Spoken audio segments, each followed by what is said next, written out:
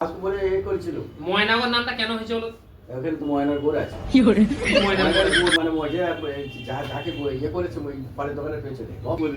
ওইটা কার ওইটা কার ওই এটা ফেরিটা কার কার কার এটা তো ময়না তো ময়না বলে একটা প্রত্যেক জায়গার নামের কিন্তু একটা করে কারণ আছে। হ্যাঁ ওই বাঘমারিতে কিন্তু বাঘ মেরেছিল বাঘ না বাঘ মারিনি বাঘ টাইটেল আছে নাকি বাঘমারি না একবার বাঘ মেরেছিল ওখানে না ওখানে মারিটা পরে এসেছে মুচি পাড়া ওখানে তো মুচিরা থাকতো আগে ওরা মুচিরা এখনো আছে এখনো আছে না মুচিরা আরো আছে নতুন হাট এখানে হাট বসেছিল নতুন ব্যানার্জির হাট ওটা পুরো হাটটা ব্যানার্জির এই যে ব্যানার্জি পাড়ায় বাড়ি তা কুমোর পাড়া ওখানে ঠাকুর তৈরি তো আজীবন কাল সব তো তাহলে সবকিছু মানে আছে তো হ্যাঁ আমাদের পাড়ার নাম রামনগর কেন বলো মায়ের আমাদের পাড়ার নাম রামনগর কেন বলো মায়ের হ্যাঁ আমাদের পাড়া ঠিক আছে তখন যখন এইসব হয়নি এইসব ওই ময়নাগর হয়নি যখন সীতাকে যখন রাবণ তুলে নিয়ে যায়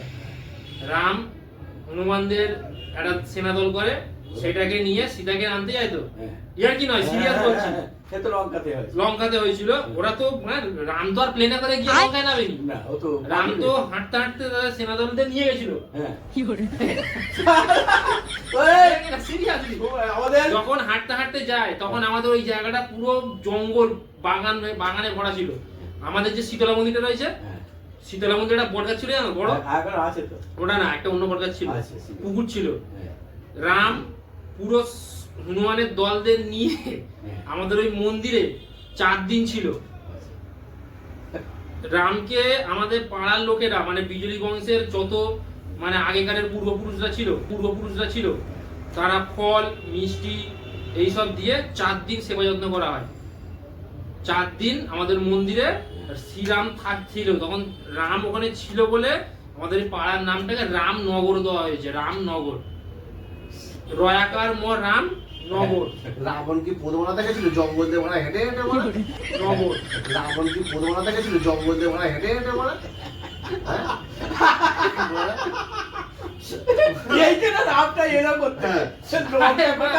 লঙ্কায় নয় রাবণ পুষ্প বিমানে করে সীতাকে নিয়ে চলে গেছিল রাম তো আর পুষ্প বিমানে যায়নি ও তো হেঁটে গেছিল ওই কত দিন ধরে গিয়েছিল ওখানে ও তো রাত্রি একবার থাকতো আমাদের পাড়ায় এবারে আমাদের ওখানে পাড়ার লোকেরা খেতে দিত পাড়ার লোকেরা খেতে দিত এইসব খেতে দিত দিয়ে মানে ওকে সেবা যত্ন করে রামের ভালো লেগেছিল ওখানে 4 দিন ছিল 4 দিন আরো কিছুদিন রাম লক্ষ্মণ আর কিছু দেখে দিতে পারে না ওকে কিছুদিন রাখলে অসুবিধা ছিল সীতাকে ছাড়াতে যাচ্ছিল ওকে যতদিন রাখবো ততদিন সীতা ওখানে কষ্ট পাবে বুঝেছো ওই জন্য ওরা আমাদের পাড়ার নামটা নামকরণ তোমাদের ময়নাগর কে করে গেছে নামকরণ আমাদের ওখানে পাড়ার নামকরণ করেছে শ্রীরাম তার ভক্ত হনুমান এই মুখ পড়া হনুমান কালো দেখ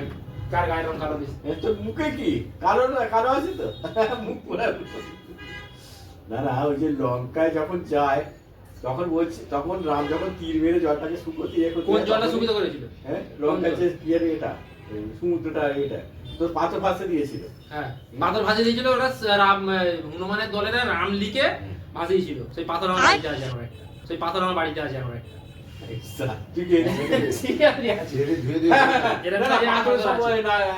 রাম লেখা থাকে ছিল পাথর ফেলে দিন তো ভাসে কিনা দেখবো পাথর আমি যেখানে ফেলবো সেখানে ভাসবে না ওই পাথরটাকে ভেসে উঠেছে এখন ওই সেদিন চলে গেছে কি সেদিন চলে গেছে এখনো কোন জায়গা আছে তোমার মনে